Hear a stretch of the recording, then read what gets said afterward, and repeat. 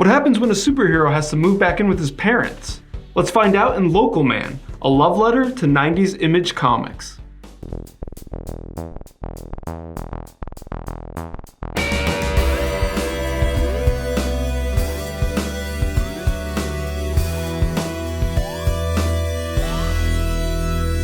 Hey comic heads, and welcome back to Dangerous Comics. I'm your host, Dane Georges, and today we're looking at Local Man #1. Local Man is by Tim Seeley and Tony Fleecs, and it's about a washed up 90s type superhero who is canned from his superhero job and has to go back to his hometown and be the local superhero there, even though they don't really want him there. This series has been great and definitely one of my favorite books that I'm picking up month to month. I'm always excited to read the next issue. This is the second printing of the first issue. Obviously, I was a little late to the party, but still jumped on when I heard about this. Tim Seeley is a awesome local Chicago cartoonist, writer, and I really love to follow his projects. You might know Tim Seeley from Hack Slash, Money Shot, or Nightwing, and Tony Fleecs is best known for the book he writes, Stray Dogs. So really cool to see him on art duties here. And what's really cool about this book is, it's a love letter to the 90s, and they even lean in and do a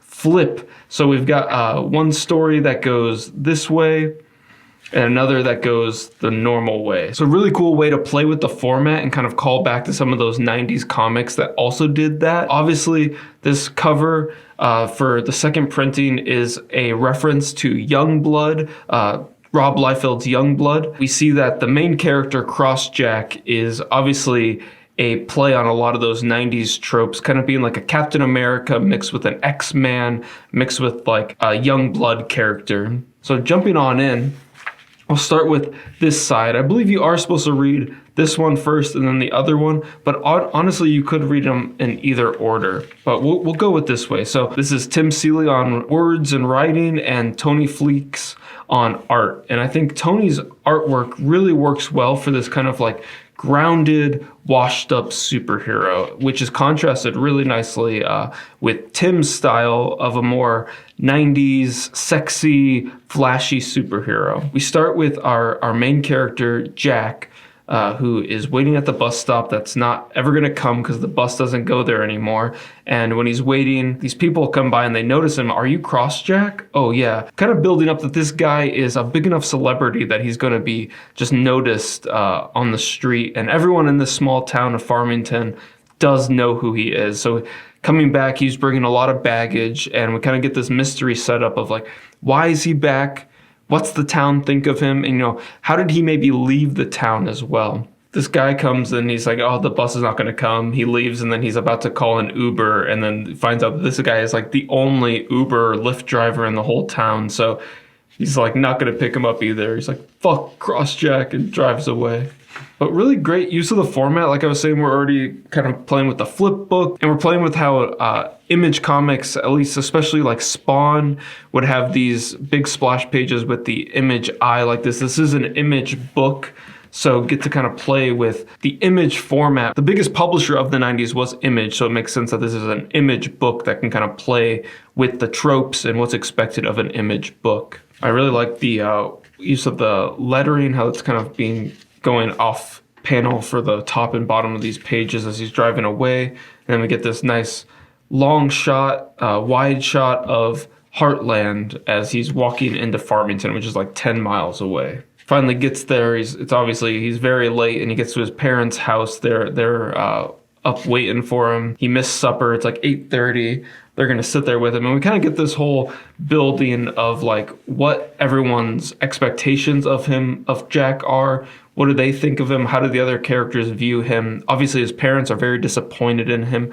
We meet his childhood dog, Pepper, who ends up going on to be a reoccurring character, kind of like Crossjack's sidekick. But we get just this view of what Crossjack's life was like before he left to join Third Gen, the superhero team that he went to go join in the big city. But we have his very religious parents as his mom's kind of praying for him and forgive him, Lord, for bringing disgrace upon our family. Amen. I love this expression as he's just like already over it, knows what to expect. And, he was expecting the worst. And obviously when he gets there, it is the worst. His parents are mad at him. His mom wants him to go back and apologize and try to get his super job back and kind of start to build up, what happened? Why was he let go from this super team? And so they're kind of talking about it. And this is where we start getting the first glimpses of Tim Seeley's art in here as well. Tim is often doing the flashbacks, which is just a really cool contrast of Tony's style to Tim's. Like I was saying, it's just much more comic booky, whereas Tony is kind of referencing a lot of actual people in his art. I believe in some of the letters columns in the upcoming issues, he talks about how a lot of these people are people that he knows that he's asking to photograph. He wants to get a little bit more of like real life in here. And I think that's a really cool contrast between that to the Image Comics kind of slick, clean art style, and how everyone's just a little bit more like idealized. But this is kind of our first glimpse that, maybe it was because he had a little bit of a fling going with this Neon character. Looks like she might be with this other character. I don't know, something's going on there. The mystery continues, but his parents are obviously disappointed in him, and they're asking questions about, his mom says, did you know who liked to eat late? So kind of referencing Neon, kind of giving us this little bit of a hint into what is going on. We then go to Jack going to the bar, his hometown bar, the Barnyard Saloon. And when he's there, he's throwing darts, and we see kind of like the first hint of like what would Cross Jack's superpower be. And it's kind of like he's a bit of like a mix of Hawkeye a little bit too, that he can't miss. His superpower is that he's always like has dead accuracy. So he's playing darts and he's getting the bullseye every time. And then in walks his high school sweetheart, Inga. As soon as she comes in, of course, he has to Facebook stalk her, and he sees, oh man, she's married. But while that's happening, all of a sudden there's some commotion, and this guy named Hodag comes in, and we see that it's a costumed supervillain, and it's kind of this cool mixing of worlds where we're in this very like down-to-earth hometown saloon, and then all of a sudden this guy in like a fuzzy, furry almost costume comes jumping in, wanting to fight Crossjack.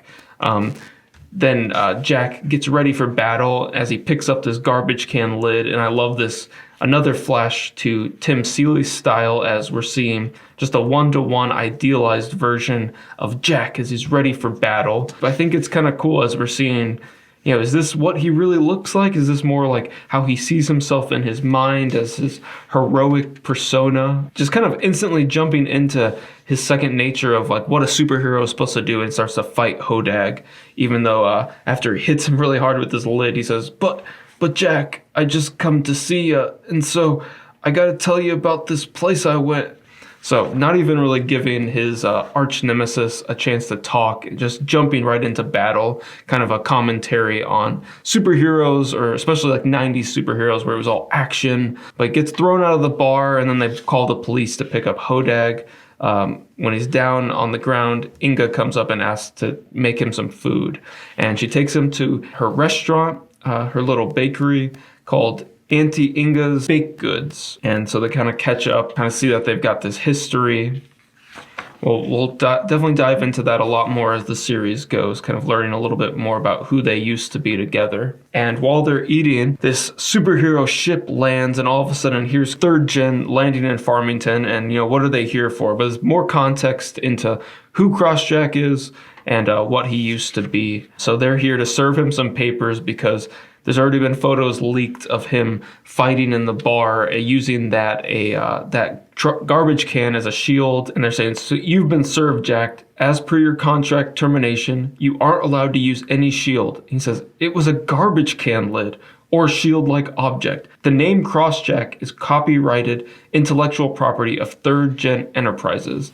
So also playing up that idea of like the corporate superhero, which was a pretty popular concept in the 90s too, and I believe was kind of like the through line of Youngblood, even if it wasn't totally played with. I think we've seen that come up more and more in modern tellings of superheroes with like The Boys and other ideas like that, of what like a superhero entity is like when it's like run more like a business. He's getting served because he crossed the line and is now using this persona that he's not supposed to. He's trying to ask Erica, who is Neon, his fling that we're kind of getting a little bit of glimpse at, that maybe she could help him, but she just walks away and ignores him, and they fly away, and he's just left kind of with his more normal life and Inga rather than these superheroes that just abandon him. We then see Hodag being thrown into jail. There's obviously something very wrong with this guy. He's not being listened to, and I think something has happened to him in all the fights. He's no longer maybe as with it as he used to be. Something's kind of wrong with him, but he's just being kind of used as a punching bag. Nobody's really listening to him. We also kind of learning that Hodag was Crossjack's nemesis before he became popular, so he is also like a local villain. We got local man and this local villain, but he's being thrown into the jail, and something wakes him up. When Jack's walking back home, he hears something in the grass, and he throws the dart that he had pocketed. It hits this robot, but luckily he didn't hit his dog Pepper, who was following him. He says, "You're lucky I missed," but he didn't miss because he hit this little robot that is spying on him.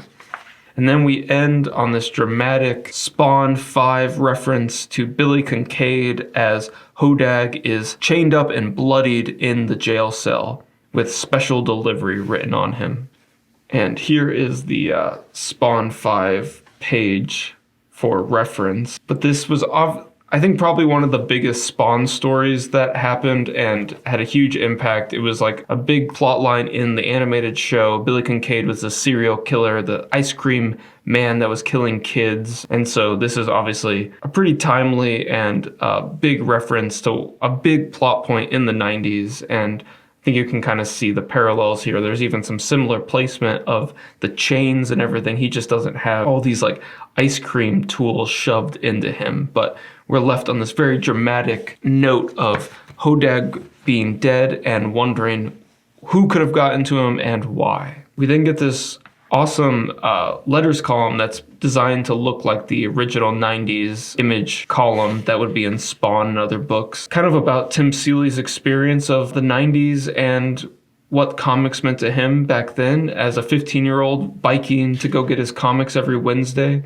flush with lawn mowing money. Kind of looking back on comics, what inspired him, and now 31 years later, kind of doing his own image book in that same kind of vein. So he says, Local Man is the tale of Jack Xavier, formerly the superhero Crossjack. It's about potential achieved, potential lost, potential regained. It's about nostalgia, the dreams and superheroes, and all the things your 15-year-old self never saw coming, good, bad, and in between. We hope you'll join us every month with your lawn mowing money, and we hope you'll celebrate Image Comics and the 15-year-old in us all, Tim Seeley. And we also get a cool highlight of what else is coming out from Image right now.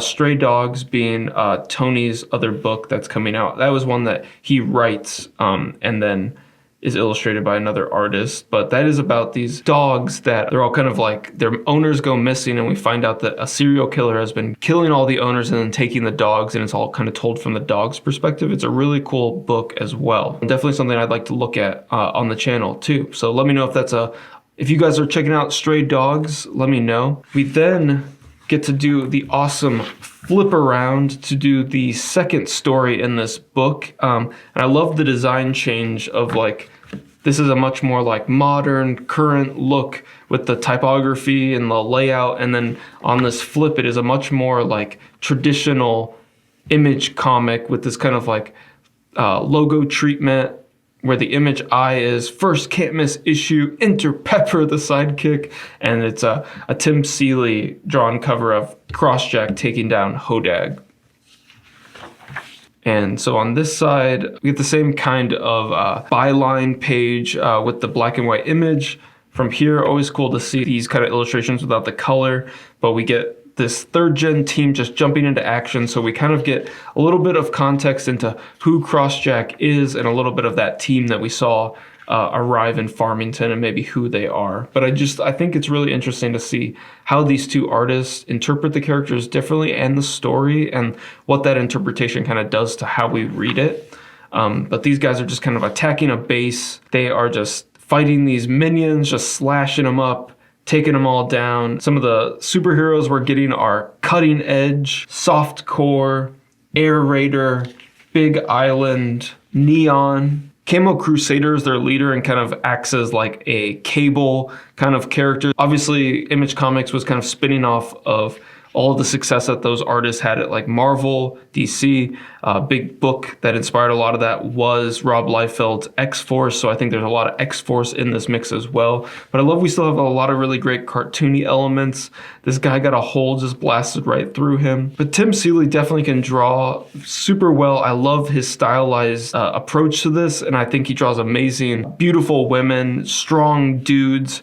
So I think there's definitely a little bit more of a traditional superhero comic feel to this, and we now are getting a little bit more information that we see that Neon and Camo Crusader are in a relationship, but she's giving Crossjack a bit of a look, and I think that's a callback to that other flashback scene that we saw. She's looking back at him, he's smiling. There's obviously something going on between them, even though she's with Camo Crusader. And I do love that he's got like a giant cross. He's obviously like a Christian superhero. He says, "Me, I'm a God-blessed Camo Crusader, chosen as a savior of Christian morality and the right to bear arms." And then we get a bit of like their opposition. I believe they're called the Desolators. We get Painkiller, Frightside, Superio, Merciless, and the Hodag. And some of these characters obviously come back in the story later, so kind of cool to see everyone in their context together as a formed team before we kind of see people independently.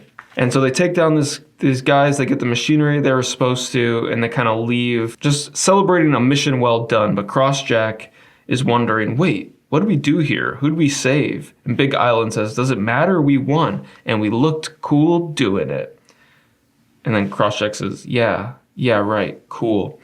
And I think we see that Camo Crusader definitely was beaten on Hodag a little bit harder than he needed to, and I think that maybe contributed to some of the issues we see with him later on in the series. But really cool context, like I'm saying, of like these two stories and how they meet together, the perceptions of these characters, how they see themselves, how they see the world, and then kind of contrasting this like 90s comic with a little bit more of like an emotionally driven person-first story, contrasting this kind of bombastic 90s comic. We also get, as another thing that would be pretty prevalent in 90s Image Comics, would be a lot of pinups or splash illustrations done by other artists. So we get images of Local Man.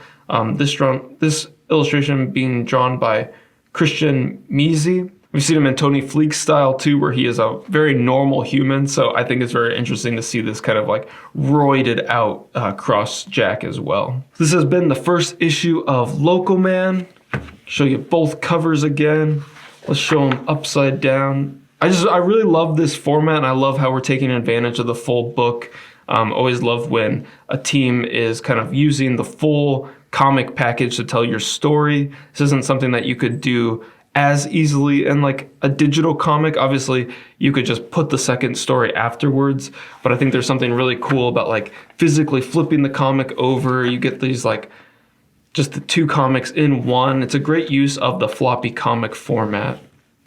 And if you are a fan of comics, I would really appreciate if you would check out some of my comics.